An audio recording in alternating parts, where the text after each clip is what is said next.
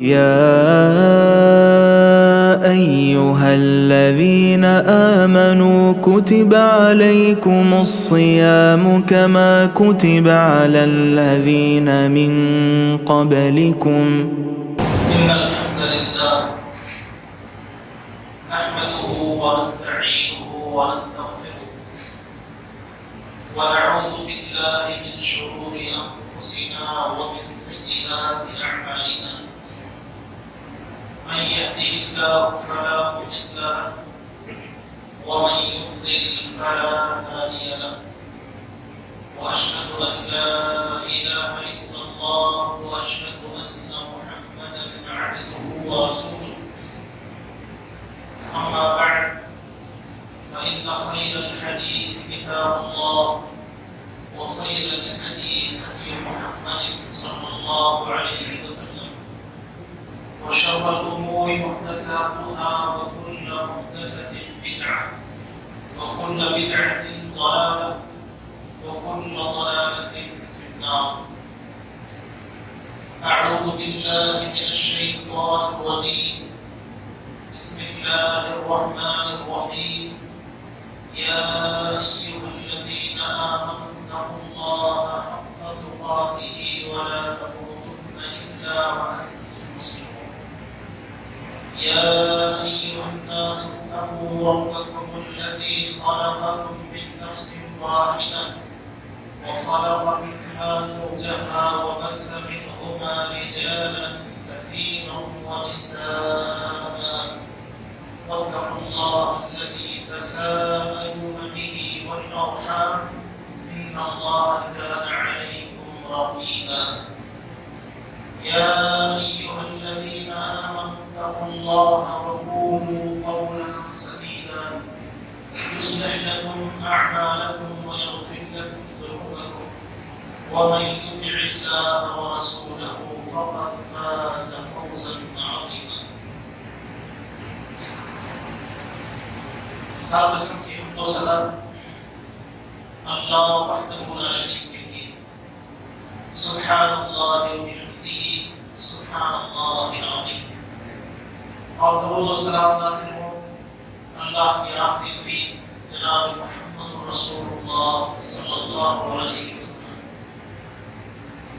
اللهم صل على محمد وعلى آل محمد كما صليت على إبراهيم وعلى آل إبراهيم إنك حميد مجيد. اللهم بارك على محمد وعلى آل محمد كما باركت على إبراهيم وعلى آل إبراهيم إنك حميد مجيد. محترم حضرات،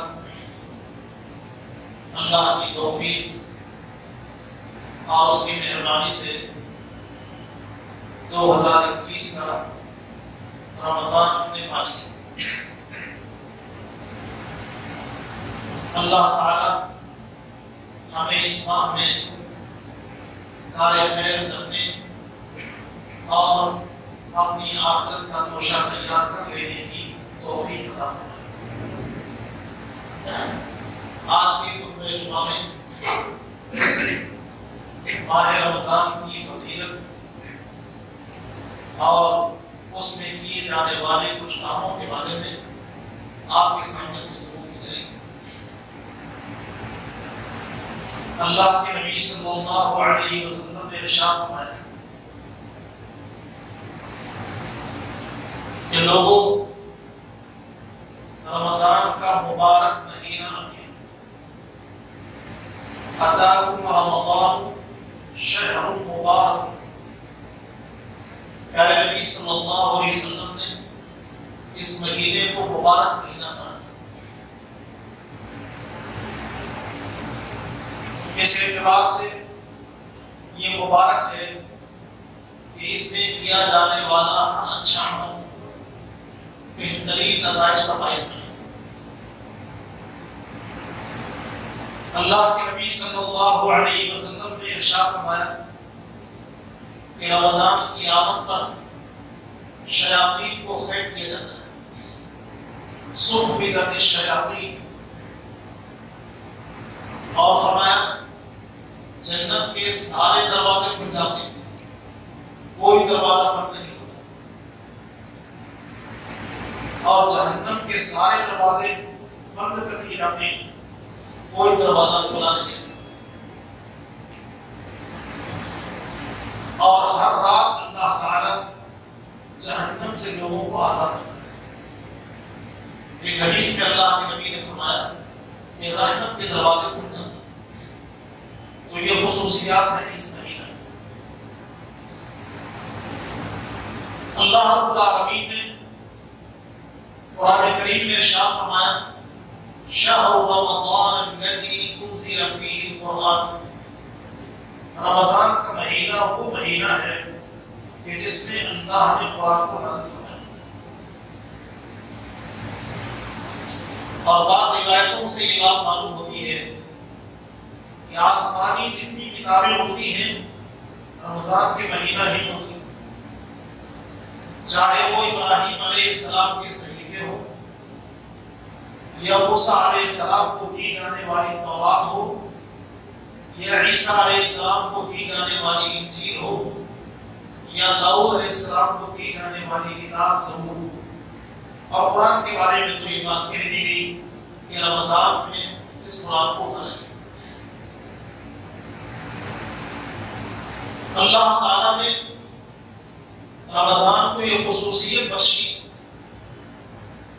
کہ اس میں ایک رات ایسی رکھی گئی جو 1000 مہینوں سے بہتر ہے۔ اِنَّا أَنزَلْنَاهُ فِي لَيْلَةِ الْقَدْرِ وَمَا أَدْرَاكَ مَا لَيْلَةُ الْقَدْرِ لَيْلَةُ الْقَدْرِ خَيْرٌ مِّنْ أَلْفِ شَهْرٍ۔ ہم نے اس قرآن کو قدر والی رات بتایا، اور تمہیں کیا معلوم کہ قدر والی رات کیا ہے؟ قدر والی رات 1000 مہینوں سے بہتر ہے۔ اللہ کے نبی صلی اللہ علیہ وسلم نے ارشاد فرمایا کہ جس نے قدر والی رات کو پا لیا اس نے خیر اور بھلائی کو پا لیا، اور جو قدر والی رات سے محروم رہا تو خیر اور بھلائی سے محروم ہوا، اور بد نصیب ہی خیر اور بھلائی سے محروم ہوتے ہیں۔ رمضان کا مہینہ وہ مہینہ ہے کہ جس میں اللہ تعالیٰ کی جانب سے خصوصی طور پر یہ اعلان کروایا جاتا ہے یا باغی الخیر اقبل و یا باغی الشر اقصر، کہ اے بھلائی کے کرنے والے آگے بڑھ، بھلائی کرنے کا وقت آ گیا ہے، اور اے برائی کے کرنے والے رک جا کہ یہ برائی کرنے کا وقت نہیں۔ ویسے اللہ رب العالمین کی مہربانی ہمارے ساتھ یہ ہے کہ اللہ ہمیں ہر انسان کے ساتھ ایک فرشتے کو لگے جو خیر اور بھلائی کے کاموں کی طرف اس کو رغبت دلاتا رہتا ہے۔ اللہ کے نبی صلی اللہ علیہ وسلم نے ارشاد فرمایا کہ فرشتہ انسان کے دل میں خیر اور بھلائی کی محبت ڈالتا ہے، اور انسان کے ساتھ جن بھی ہے، شیطان بھی ہے، جو اس کے دل میں شر کی اور برائی کی محبت کو ڈالتا ہے۔ اب بات انسان پر ہے کہ وہ خیر کی طرف پڑتا ہے، شر کی طرف پڑتا ہے۔ تو رمضان کے مہینے میں خصوصی طور پر اللہ کی طرف سے اللہ کے فرشتے یہ اعلان کر رہے ہوتے ہیں کہ اے بھلائی کی تلاش کرنے والے آگے بڑھ، اور بھلائی کرنے کا وقت تیرے پاس آ گیا ہے، اور اے برائی کے کرنے والے رک جا، اس لیے کہ برائی کرنے کا وقت نہیں۔ رمضان کا مہینہ وہ مہینہ ہے کہ جس میں انسان کے گناہوں کی بخشش اور مغفرت ہوتی ہے۔ پیارے نبی صلی اللہ علیہ وسلم نے ارشاد فرمایا میرے لیے ممبر لگا دو۔ اللہ کے نبی کے لیے ممبر لگا دیا۔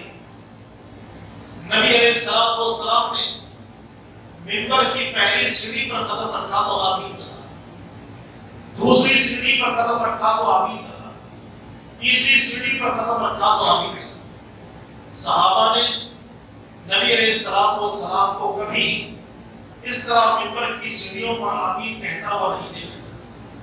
انہوں نے کہا کہ اللہ کے نبی آج آپ نے معمول کے خلاف عمل کیا ہے، منبر کی سیڑھیوں پر قدم رکھتے ہوئے آپ نے آمین کا ایسی کیا وجہ ہے؟ تو اللہ کے نبی نے فرمایا جبریل میرے پاس آئے اور انہوں نے کہا کہ اس شخص کی ناک خاکالود ہو جائے جس نے رمضان کا مہینہ پا لیا اور اپنے گناہوں کی بخشش کا سامان تیار نہ کر لیا۔ تو میں نے آمین کہا۔ جبریل نے کہا اس شخص کی ناک خاکالود ہو جائے کہ جس نے اپنے والدین کو بڑھاپے کی حالت میں پا لیا، دونوں کو پا لیا یا دونوں میں سے ایک کو پا لیا اور ان کی خدمت کر کے جنت کو حاصل کر لیا۔ تو میں نے آمین کہا۔ جبریل نے کہا اس شخص کی ناک خاکالود ہو جائے کہ جس کے پاس میرا نام نامی اسم گرامی محمد آ جائے اور مجھ پر درود نہ پڑھے۔ تو میں نے آمین کہا۔ اس روایت سے یہ بات معلوم ہوگی کہ رمضان کا مہینہ گناہوں کی بخشش اور مغفرت کا مہینہ ہے۔ اللہ کے نبی صلی اللہ علیہ وسلم نے ارشاد فرمایا ایک رمضان سے دوسرے رمضان کے درمیان جتنی غلطیاں ہوتی ہیں اللہ دوسرے رمضان کے ذریعے تمام غلطیوں کو مٹا دیتا ہے، اور رمضان میں کیے جانے والے پاسدار ان کے ساتھ بھی اللہ کے نبی صلی اللہ علیہ وسلم نے یہ بات بیان فرمائی کہ فلاں اور فلاں عمل انسان کے سابقہ تمام گناہوں کو مٹا دیتا ہے۔ جیسے اللہ کے نبی نے فرمایا من صام رمضان ایمانا واحتسابا غفر له ما تقدم من ذنبه، جس کسی نے ایمان کے ساتھ اور ثواب کو پانے کے ارادے سے رمضان کے روزے رکھے تو اللہ اس کے سابقہ تمام گناہوں کو مٹا دے گا۔ اللہ کے نبی نے فرمایا من قام رمضان ایمانا واحتسابا غفر له ما تقدم من ذنبه، کہ جس کسی نے رمضان کی راتوں کا قیام کیا تو اللہ اس کے سابقہ تمام گناہوں کو مٹا دے گا۔ نبی نے فرمایا من قام ليلة القدر ایمانا واحتسابا غفر له ما تقدم من ذنبه، کہ جس کسی نے لیلۃ القدر کا قیام کیا تو اللہ اس کے سابقہ تمام گناہوں کو مٹا دے گا۔ تو معلوم یہ ہوا کہ رمضان میں کیے جانے والے اعمال انسان کے گناہوں کا کفارہ ہوتے ہیں۔ رمضان کے اندر انسان جو کچھ اچھا کام کرتا ہے اس کے اچھے کاموں کا بہتر صلہ اس کو ملتا ہے۔ عام دنوں میں اللہ رب العالمین کے فضل میں کوئی کمی نہیں کہ جو آدمی نیکی کرتا ہے نیکی کا بدلہ 10 گنا اچھائی کی صورت میں اس کو ملتا ہے۔ اللہ تعالیٰ نے فرمایا من جاء بالحسنة فله 10 امثالها، کہ جس نے نیکی کا ایک کام کیا تو 10 گنا اس کو اجر مل جائے گا، 10 گنا اس کو ثواب مل جائے گا۔ اور اگر انسان کا اخلاص ہے تو نیکیوں میں اضافہ ہوتا ہی جائے گا۔ عبداللہ ابن عباس رضی اللہ تعالیٰ عنہ سے مروی روایت میں ہے کہ اللہ کے نبی صلی اللہ علیہ وسلم نے ارشاد فرمایا ان اللہ کتب الحسنات والسیئات، اللہ تعالیٰ نے نیکیوں اور برائیوں کو لکھ دیا ہے۔ جس آدمی کے دل میں نیکی کا ارادہ پیدا ہوتا ہے ارادے کے ساتھ ہی ایک نیکی لکھ دی جاتی ہے، اور اگر ارادے کے مطابق اس نیک کام کو کر لے تو 10 گنا اجر اس کو مل جاتا ہے، اور اگر اللہ نے چاہا تو مزید اضافہ ہو جائے گا۔ اگر کسی آدمی کے دل میں برائی کا ارادہ پیدا ہوتا ہے تو محض ارادے پر کوئی غلطی لکھی نہیں جائے گی، کوئی گناہ لکھا نہیں جائے گا۔ ہاں اگر غلطی کے ارادے کے ساتھ انسان غلطی کو کر دیتا ہے تو صرف ایک غلطی لکھی جاتی ہے، اور اگر کسی انسان کے دل میں برائی کے کرنے کا ارادہ ہو اور وہ اپنے ارادے سے باز آ جائے تو اللہ تعالیٰ کی مہربانی سے ایک نیکی لکھ جائے۔ تو اس سے بات معلوم ہوگی کہ اللہ رب العالمین کا فضل، اللہ تعالیٰ کی مہربانی کس قدر ہے کہ اللہ نیکیوں کو دیتے ہوئے تھکتا نہیں۔ انسان عمل کرتے ہوئے تھک جائے گا لیکن اللہ رب العالمین اپنے فضل سے اس کو نوازتا جائے گا، اس کو نوازتا جائے گا۔ اللہ کی مہربانیوں میں، اللہ کے فضل میں کوئی کمی نہیں۔ لیکن رمضان کی جب آمد ہوتی ہے تو تو اللہ رب العالمین کے رحمتوں کے دروازے کھل جاتے ہیں۔ اللہ اپنی بے پناہ رحمت کے ذریعے انسان کو اتنا اجر عطا فرماتا ہے کہ اس اجر کا انسان اندازہ نہیں کر سکتا۔ مثلا روزے کے حوالے سے اللہ کے نبی صلی اللہ علیہ وسلم نے روایت فرمایا کہ اللہ ارشاد فرماتا ہے الصوم لی وانا اجزی بہ، روزہ میرے لیے ہے اور میں ہی اس کا بدلہ دینے والا ہوں۔ الغرض رمضان کا مہینہ ایک مبارک مہینہ ہے، رحمتوں والا مہینہ ہے، مغفرت کا مہینہ ہے، تو اس مہینے کو غنیمت جانتے ہوئے زیادہ سے زیادہ بھلائی کے کام کر لینا چاہیے اور برائیوں سے رک جانا چاہیے، اور جو غلطیاں ہم سے ہوئی ہیں ان غلطیوں کی تلافی کے لیے، مغفرت کے لیے اللہ تعالیٰ سے دعا کرنا چاہیے، استغفار کرنا چاہیے۔ اس مہینے کے اندر کیا کیا جاتا ہے؟ اللہ رب العالمین نے ارشاد فرمایا یا ایھا الذین آمنوا کتب علیکم الصیام کما کتب علی الذین من قبلکم لعلکم تتقون، اے ایمان والو تم پر روزے فرض کیے گئے ہیں جیسے تم سے پہلے لوگوں پر فرض کیے گئے تاکہ تم متقی اور پرہیزگار بن جاؤ۔ اللہ تعالیٰ نے روزوں کو فرض کر دیا۔ پیارے نبی صلی اللہ علیہ وسلم نے ارشاد فرمایا کہ اللہ تعالیٰ نے رمضان کے دنوں میں روزوں کو فرض قرار دیا اور راتوں کو قیام کا عمل میں نے جاری کر دیا، یعنی راتوں کو قیام کرنا یہ اللہ کے نبی صلی اللہ علیہ وسلم کی سنت ہے۔ روزہ اللہ تعالیٰ کو بہت پسند ہے، اسی لیے اللہ تعالیٰ نے سابقہ امتوں کے لیے بھی روزے کو فرض قرار دیا۔ کما کتب علی الذین من قبلکم سے یہ بات معلوم ہوتی ہے کہ ہم سے پہلے جو امتیں گزری ہیں ان امتوں کے لیے روزہ فرض تھا۔ یہ الگ بات ہے کہ روزہ رکھنے کی کیفیت مختلف رہی ہو، اس لیے کہ اللہ کے نبی صلی اللہ علیہ وسلم نے یہ بات بیان فرمایا الانبیاء اخوۃ عنات، تمام انبیاء علیہ السلام ان کی حیثیت سوتیلے بھائیوں جیسی ہے، سب کا دین ایک ہے لیکن شریعت مختلف ہے۔ داؤد علیہ السلام کے روزہ رکھنے کا انداز مختلف ہے۔ اللہ کے نبی نے فرمایا کان یصوم یوما ویفطر یوما، ایک دن روزہ رکھا کرتے تھے اور دوسرے دن روزہ چھوڑ دیا۔ موسیٰ علیہ السلام 10 محرم کو شکرانے میں روزہ رکھا کرتے تھے کہ اللہ رب العالمین نے فرعون کے ظلم سے موسیٰ علیہ السلام کو اور قوم بنی اسرائیل کو بچا لیا، تو موسیٰ علیہ السلام نے شکرانے کے طور پر عاشورہ کا روزہ رکھا۔ زمانے جاہلیت میں لوگ عاشورہ کا روزہ رکھا کرتے تھے اور اللہ کے نبی صلی اللہ علیہ وسلم سے، اللہ کے نبی صلی اللہ علیہ وسلم کو روزوں سے بڑا لگاؤ تھا۔ آپ علیہ السلام نے روزوں کی فرضیت سے پہلے عاشورہ کے روزے کو بڑی اہمیت دی۔ جب آپ مدینہ چلے گئے تو آپ نے یہودیوں کو دیکھا کہ عاشورہ کا روزہ رکھ رہے ہیں، تو آپ نے ان سے پوچھا کہ روزہ رکھنے کی وجہ کیا ہے؟ تو انہوں نے کہا کہ اس دن اللہ تعالیٰ نے موسیٰ علیہ السلام اور قوم بنی اسرائیل کو فرعون کے ظلم سے نجات دیا تھا، اس لیے ہم روزہ رکھ رہے ہیں۔ تو اللہ کے نبی صلی اللہ علیہ وسلم نے بیان فرمایا کہ اس روزے کے زیادہ مستحق تو ہے۔ چنانچہ اللہ کے نبی صلی اللہ علیہ وسلم نے روزہ رکھا اور روزے کی اتنی تاکید بیان فرمائی کہ آپ نے کہا کہ جس نے سحری کھا لی ہے اسے چاہیے کہ روزہ پورا کر لے، اور اگر کسی نے کھانا کھا لیا ہے، یعنی روزہ رکھنے کا ارادہ اس کا نہیں تھا، کھانا کھا لیا ہے، یہیں سے روزے کو پورا کر لیا۔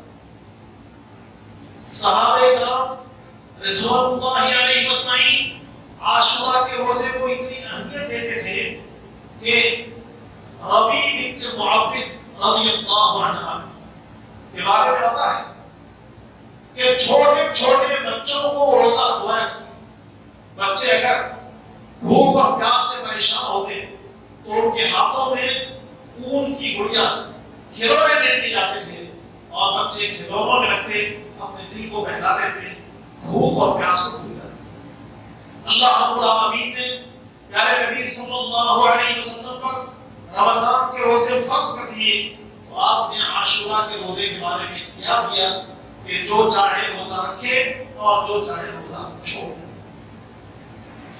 تو اللہ رب العالمین کا فرمان ہے یا ایھا الذین آمنوا کتب علیکم الصیام کما کتب علی الذین من قبلکم لعلکم تتقون.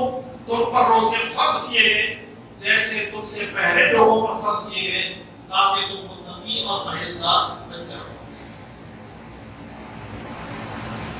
اللہ کے نبی صلی اللہ علیہ وسلم نے رمضان کے روزوں کو بڑی اہمیت دی ہے کہ کوئی انسان حالت صحت میں اور حالت حضر میں رہتے ہوئے رمضان کے روزے میں کوئی کوتاہی نہیں کرے، کوئی غفلت نہیں ہو. نفلی روزے ان کے اندر گنجائش ہے کچھ کاموں کی، لیکن فرض روزے کے لیے اللہ کے نبی صلی اللہ علیہ وسلم نے اہمیت بیان فرمائی. مثلا اگر کسی آدمی نے نفلی روزہ رکھا ہے، دن میں اگر روزہ توڑنا چاہے تو کوئی حد نہیں، کسی وقت بھی توڑ سکتا ہے. اگر کسی آدمی نے فرض روزہ رکھ لیا ہے، دن میں اگر روزہ توڑنا چاہے تو اس کو اجازت نہیں ہے، الا یہ کہ وہ بیمار ہو یا حالت سفر. اس بات کا اندازہ اس سے لگایا جا سکتا ہے کہ اللہ کے نبی صلی اللہ علیہ وسلم کی خدمت میں ایک صحابی حاضر ہوئے. انہوں نے کہا کہ اللہ کے نبی میں تو ہلاک ہو گیا، میں تو برباد ہو گیا. نبی نے کہا کہ تم کیسے ہلاک ہو گئے، تم برباد کیسے ہوئے؟ تو کہا کہ اللہ کے نبی روزے کی حالت میں نے اپنی بیوی سے ہمبستری کر دی. اللہ کے نبی صلی اللہ علیہ وسلم نے بیان فرمایا کہ اب کفارے کے طور پر ایک غلام کو تم آزاد کرو. صحابی نے کہا کہ اللہ کے نبی میرے پاس اتنی طاقت نہیں ہے کہ میں ایک غلام کو آزاد کر سکوں. تو آپ نے بیان فرمایا کہ ٹھیک ہے 2 ماہ کے مسلسل روزے رکھو. صحابی نے کہا کہ اللہ کے نبی 1 ماہ کے روزے مجھ سے برداشت نہ ہو سکے، 2 ماہ کے روزے تو میں کیسے رکھ سکتا ہوں، یہ مجھ سے نہیں ہو پائے. تو اللہ کے نبی صلی اللہ علیہ وسلم نے کہا کہ ٹھیک ہے 60 مسکینوں کو کھانا کھلاؤ. صحابی نے کہا کہ اللہ کے نبی میرے پاس اتنی گنجائش نہیں ہے کہ میں 60 مسکینوں کو کھانا کھلا سکوں. اللہ کے نبی صلی اللہ علیہ وسلم نے فرمایا کہ ٹھیک ہے تم میرے پاس بیٹھے رہو. کچھ دیر کے بعد اللہ کے نبی صلی اللہ علیہ وسلم کی خدمت میں کچھ کھجوریں آئی.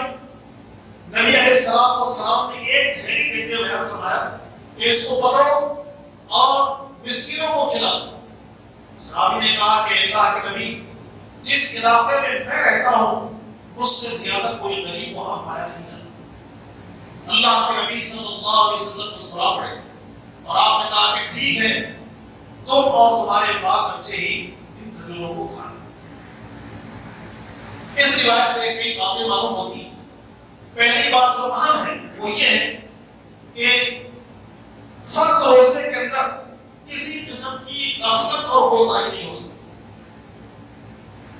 اگر کوئی آدمی فرض روزے کو معمولی سمجھ کے اس کو توڑ دیتا ہے تو اس کا کفارہ بیان کر دیا گیا. یعنی خاص بات تو اس روایت کے اندر یہ بیان کی گئی کہ اگر کوئی آدمی روزے کی حالت میں اپنی بیوی سے صحبت کر لے تو اس کا کفارہ بیان کیا گیا. لیکن ساتھ ہی اس بات کا اندازہ بھی ہمیں ہوتا ہے کہ فرض روزے کی اہمیت اور پھر یہ کہ دین اسلام کتنا آسان دین ہے. اللہ کے نبی صلی اللہ علیہ وسلم اپنی امت کے لیے کتنے مشفق اور مہربان تھے کہ نبی علیہ السلام نے ایک صحابی کو کہ جس کے پاس کفارہ دینے کے لیے کوئی گنجائش نہ تھی، آپ علیہ السلام نے اس کے لیے گنجائش پیدا کر دی. معلوم یہ ہوا کہ فرض روزہ اس کی بڑی اہمیت ہے. مسافر آدمی کے علاوہ اور بیمار آدمی کے علاوہ کوئی بھی صحت کی حالت میں اپنے گھر میں رہتے ہوئے روزہ نہیں توڑے. اللہ رب العالمین نے ابتدائی اسلام میں روزے کے مسئلے میں تھوڑی سی گنجائش دے دی.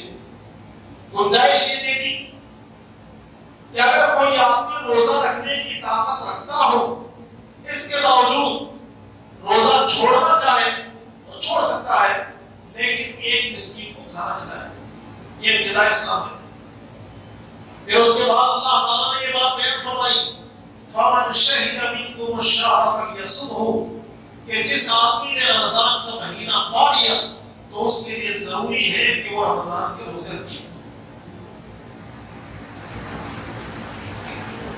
البتہ اللہ رب العالمین نے مسافر کے لیے اجازت دے دی، بیمار کے لیے اجازت دے دی. اگر کوئی آدمی حالت سفر میں ہے روزہ چھوڑ سکتا ہے، اور اگر اس کو اس بات کا اندازہ ہے کہ میرا سفر بآسانی ہونے والا ہے، وہ روزے کی نیت کر لے، روزہ رکھ لے، تو کوئی حرج کی بات نہیں ہے. اور اگر سفر میں کسی وجہ سے دشواری ہو، پریشانی ہو، تو جس وقت وہ پریشانی کو محسوس کر رہا ہے اسی وقت روزہ توڑ سکتا ہے، کوئی حرج کی بات نہیں. سفر میں روزہ رکھنا کوئی نیکی نہیں کہ انسان اللہ تعالیٰ کی طرف سے دی جانے والی رخصت کو چھوڑ دے اور پھر سختیوں کو جھیلتا رہے، مصیبتوں کو برداشت کرتا رہے. اللہ کے نبی صلی اللہ علیہ وسلم آپ نے روزہ رکھا ہوا ہے، اور صحابہ کرام رضوان اللہ علیہ اجمعین نے بھی روزہ رکھا ہوا ہے. نبی علیہ السلام نے حالت سفر میں روزے میں یہ محسوس کیا کہ اب روزے کو پورا کرنا دشوار ہے، مشکل ہے.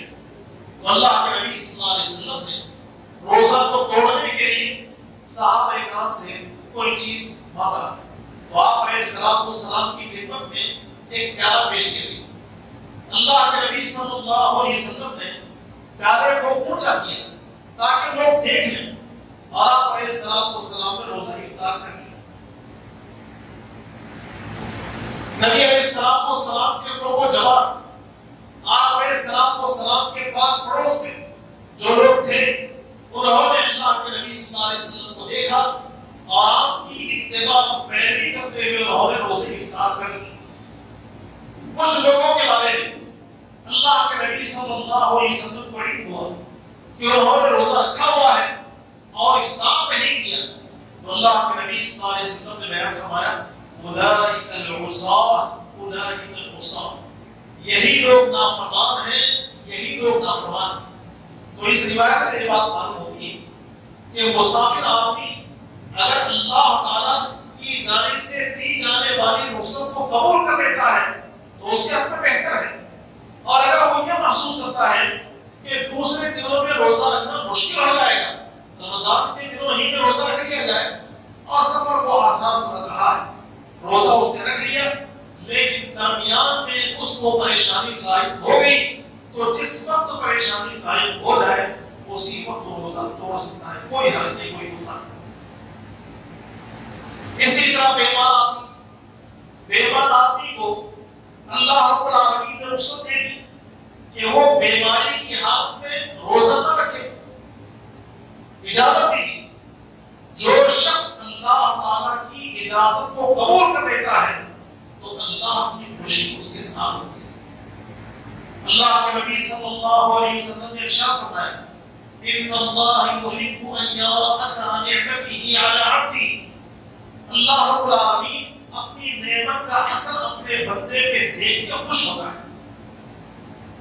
اور ایک حدیث میں یہ بات بیان کی کہ جس طرح اللہ تعالیٰ گناہ کے کام سے ناراض ہوتا ہے، اللہ رب العالمین کی رخصت کو اگر کوئی آدمی قبول کر لیتا ہے تو اسی قدر اللہ تعالیٰ کی خوشی اس کے ساتھ ہوتی ہے. تو اللہ تعالیٰ نے جب رخصت دی ہے رخصت کو قبول کر لیا جائے. اور اگر کوئی آدمی بیماری کی حالت میں، یعنی بیماری ایسی ہے کہ اس کو اندازہ نہیں کہ بیماری بڑھ جائے گی،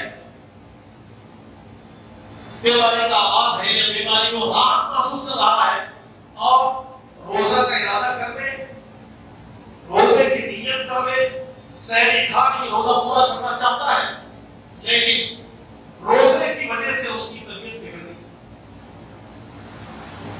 ایسے آدمی کو اجازت ہے، رخصت ہے کہ جس وقت طبیعت بگڑ جائے اسی وقت روزہ توڑے. ڈال دیں۔ بہت سے امراض ایسے ہیں جیسے شوگر کا مریض آدمی روزہ وہ نہیں رکھ پاتا، لیکن کبھی حوصلہ اور ہمت ایسی اس کے اندر آ جاتی ہے کہ دیکھ لیتے ہیں کہ اگر میں روزہ پورا کر سکوں تو روزہ رکھ لوں گا۔ روزہ اس نے رکھ لیا، مرض میں اضافہ ہو گیا، مرض بڑھ گیا، تو جس وقت اس کو تکلیف شروع ہو جائے اور اندازہ ہو کہ ابھی روزہ پورا نہیں ہو سکتا، تو اپنے آپ کو تکلیف میں ڈالنے سے بہتر یہ ہے کہ روزے کو توڑو۔ اللہ رب العالمین نے ارشاد فرمایا رمضان کے روزے تم پر فرض کیے گئے ہیں جیسے تم سے پہلے لوگوں پر فرض کیے گئے تھے تاکہ تم متقی اور پرہیزگار بن جاؤ۔ اور فرمایا کہ اگر کوئی آدمی حالت سفر میں ہے اور اگر کوئی آدمی بیمار ہے تو اس کو رخصت ہے کہ ان دنوں میں روزہ چھوڑ دے، باقی دنوں میں روزہ رکھے۔ تو اللہ رب العالمین کی مہربانی اور اس کے فضل سے نظر میں کوئی کمی نہیں آئی۔ صحیح بخاری میں ایک روایت ہے، اللہ کے نبی صلی اللہ علیہ وسلم نے فرمایا کہ اگر کوئی آدمی رخصت کو قبول کر کے حالت سفر میں نماز قصر کر لیتا ہے یا حالت مرض میں بیٹھ کے نماز پڑھتا ہے، لیٹ کے نماز پڑھتا ہے، تو اللہ رب العالمین حالت حضر میں اور حالت صحت میں عمل کرنے کا اس کو عطا فرماتا ہے۔ تو اللہ تعالیٰ کی مہربانی ہمارے ساتھ ہے، تو جہاں رخصت دے دی گئی ہے تو رخصت کو قبول کرتے ہیں۔ اللہ نے روزوں کی فرضیت کے حوالے سے یہ بات بیان فرمایا لعلکم تتقون، تاکہ تم متقی اور پرہیزگار بن جاؤ۔ روزہ انسان کے اندر تقویٰ پیدا کرتا ہے، روزہ گناہ سے بچاؤ کے لیے ڈھال کی حیثیت رکھتا ہے۔ اللہ کے نبی صلی اللہ علیہ وسلم نے نوجوانوں سے خطاب کرتے بیان فرمایا یا معاشر الشباب من استطاع منکم الباءۃ فلیتزوج، اے نوجوانوں تم میں سے جو نکاح کی طاقت رکھتا ہو اسے چاہیے کہ نکاح کر لے، اس لیے کہ نکاح سے نگاہیں پست ہو جاتی ہیں اور شرمگاہ کی حفاظت ہو جاتی ہے۔ اور اگر کوئی نکاح کرنے کی طاقت نہ رکھتا ہو تو وہ روزے کو لازم پکڑ لے، اس لیے کہ روزہ ڈھال ہے، یعنی گناہوں سے بچانے والا۔ اللہ کے نبی صلی اللہ علیہ وسلم نے روزے کی حالت میں روزہ رہنے والے کے لیے تعلیم دی کہ وہ ہر قسم کی داڑیانی اور فضول چیزوں سے بچائے۔ اللہ کے نبی نے فرمایا کہ اگر کوئی آدمی اس کو گالی دے، لڑائی جھگڑے پر ابھارتا ہو، تو وہ یہ کہتے بھائی میں تو روزے سے ہوں، میں تجھے جواب گالی بھی نہیں دوں گا اور نہ ہی تجھ پر دست درازی کروں۔ یہ تعلیم، یہ تربیت اللہ کے نبی صلی اللہ علیہ وسلم نے یہ تعلیم دی کہ روزے کی حالت میں انسان کو کس طرح برائیوں سے اٹھنا چاہیے۔ فرمایا من لم يدع قول الزور والعمل به فليس لله حاجة في ان يدع طعامه وشرابه، کہ جو آدمی جھوٹ بولنا نہ چھوڑے اور جھوٹ پر مشتمل کاروبار کو نہ چھوڑے تو کوئی ضرورت نہیں ہے کہ خواہ وہ اپنا کھانا چھوڑ دے اور اپنا پینا چھوڑ دے۔ یعنی انسان برائی کو کرتے ہوئے روزہ رکھتا ہے تو اس کے روزے کا کوئی فائدہ اس کو حاصل نہیں ہوتا۔ اللہ کے نبی صلی اللہ علیہ وسلم نے ایک حدیث میں یہ بات بیان فرمائی، بہت سے روزے دار ایسے ہیں کہ ان کے روزوں کا حاصل صرف پیاس ہے یا بھوک ہے، یعنی وہ بھوکے ہو جاتے ہیں، پیاسے ہو جاتے ہیں، لیکن اجر جو ملتا ہے وہ نہیں۔ تو اللہ کے نبی صلی اللہ علیہ وسلم کے بھی ارشادات سے یہ بات معلوم ہوتی ہے کہ آپ علیہ السلام نے روزہ دار کو غلطی اور گناہ کے کام کرنے سے روک دیا اور ساتھ یہ بیان فرمایا کہ روزہ خود ہی غلطیوں سے انسان کو روکتا ہے۔ لعلکم تتقون، تاکہ تم متقی اور پرہیزگار بن جاؤ۔ اللہ رب العالمین کو تقویٰ مقصود ہے اور تقویٰ کامیابی کی اساس اور بنیاد ہے۔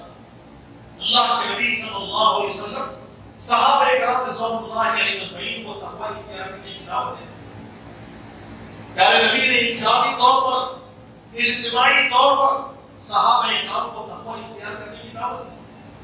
اللہ کے نبی نے ابو ذر رضی اللہ تعالیٰ عنہ سے کہا اتق اللہ حیث ما کنت، اے ابو ذر تم جہاں کہیں بھی رہو اللہ تعالیٰ سے ڈرتے رہو۔ پیارے نبی صلی اللہ علیہ وسلم اجتماعی طور پر بھی صحابہ کرام کو تقوی اختیار کرنے کی دعوت دیتے تھے۔ اللہ کے نبی صلی اللہ علیہ وسلم نے اپنے بعض خطبات میں سب سے پہلے تقوی اختیار کرنے کی دعوت دی۔ نبی علیہ السلام والسلام نے ایک موقع پر بنا میں خطبہ دیتے ہوئے ارشاد فرمایا یا ایھا الناس اتقوا ربکم، اے لوگوں اپنے رب سے ڈرو۔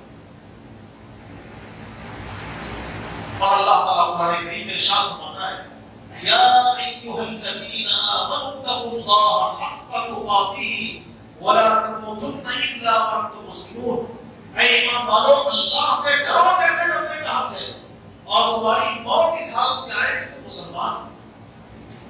تو تقوی اللہ تعالیٰ کو مقصود ہے، اور تقوی سے انسان برائی کے قریب نہیں جائے، نیکی کی طرف بڑھے۔ اسی لیے اہل علم نے کتاب و سنت کی روشنی میں یہ بات بیان فرمایا کہ تقوی نام ہے اللہ رب العالمین سے ڈرتے ہوئے، اللہ کی نعمتوں کی امید رکھتے ہوئے انسان بھلائی کے کام کو کرنے لگ جائے، اور اللہ کے عذاب سے ڈرتے ہوئے گناہ کے کام سے رک جائے۔ اللہ رب العالمین نے متقین کی کامیابی کا تذکرہ قرآن کریم کی کئی آیتوں میں کی۔ الغرض اللہ تعالیٰ نے ہم پر روزوں کو فرض کیے اور کہا کہ تم سے پہلے لوگوں پر بھی روزے فرض کیے گئے تھے لعلکم تتقون، تاکہ تم متقی اور پرہیزگار ہو جائے۔ ہر آدمی جو رمضان کا مہینہ پا لیتا ہے اس کے لیے لازمی اور ضروری ہے کہ وہ روزوں کی اہمیت کو سمجھے اور روزے کے مقصد کو سمجھے، اور پھر اپنے روزے کو برکت والا بنائے، یعنی ایسا روزہ بنائے کہ جس میں نیکیاں ملتی ہو۔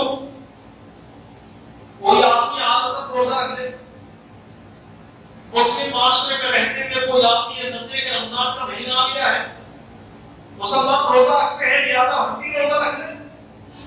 جیسے ہم دیکھتے ہیں کہ کوئی عبادت کا کام ایسا نہیں ہے کہ جس کو دیکھا دیکھی کیا جاتا ہو سوائے روزہ۔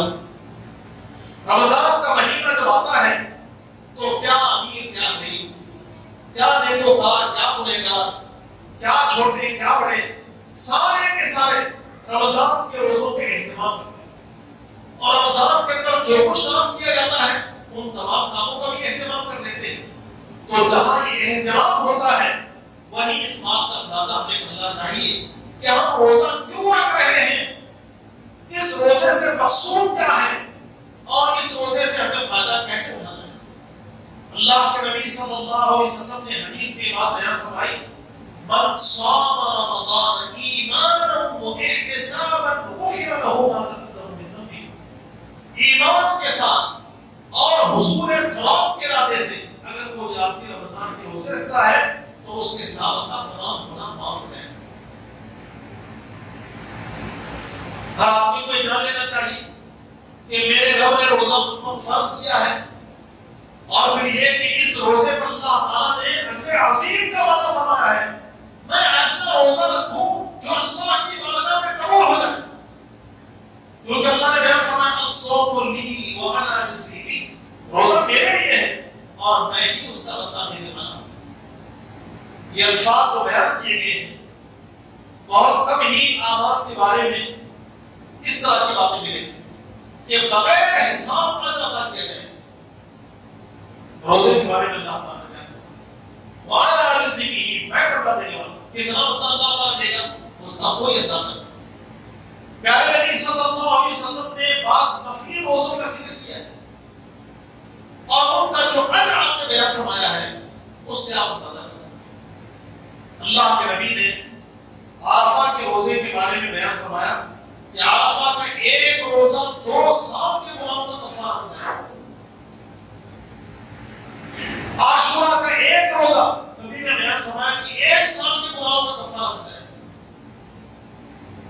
اللہ کی راہ میں ایک نفلی روزہ، نبی علیہ السلام نے بیان فرمایا کہ اللہ روزہ رکھنے والے اور جہنم کے درمیان 70 سال کی دوری پیدا کرتا ہے۔ تو اندازہ کر سکتے ہیں کہ روزے پر کتنا اجر انسان کو ملنے والا ہے۔ جب انسان کو اجر عظیم روزے پر ملنے والا ہے تو پھر روزہ رکھنے کی جو ضابطے ہیں وہ ضابطوں کو پورا کیا جائے۔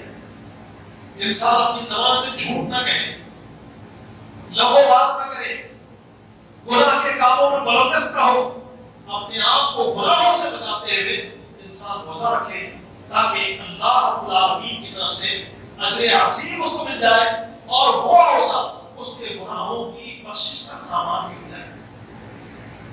تو اللہ رب العالمین سے دعا کرتے ہیں کہ اللہ ہمارا اس ماہ رمضان کو ہمارے لیے خیر اور برکت کا بنائے۔ اللہ تعالیٰ ہم سب کے گناہوں کو معاف فرمائے اور اللہ رب العالمین اپنی رحمت یا آغوش میں دے دے، اور رمضان میں کیے جانے والے جو اعمال ہیں اللہ تعالیٰ ان میں آسانی عطا فرمائے اور بحسن و خوبی ان اعمال کو انجام دینے کے اللہ توفیق نصیب فرمائے۔ آمین۔ وآخر دعوانا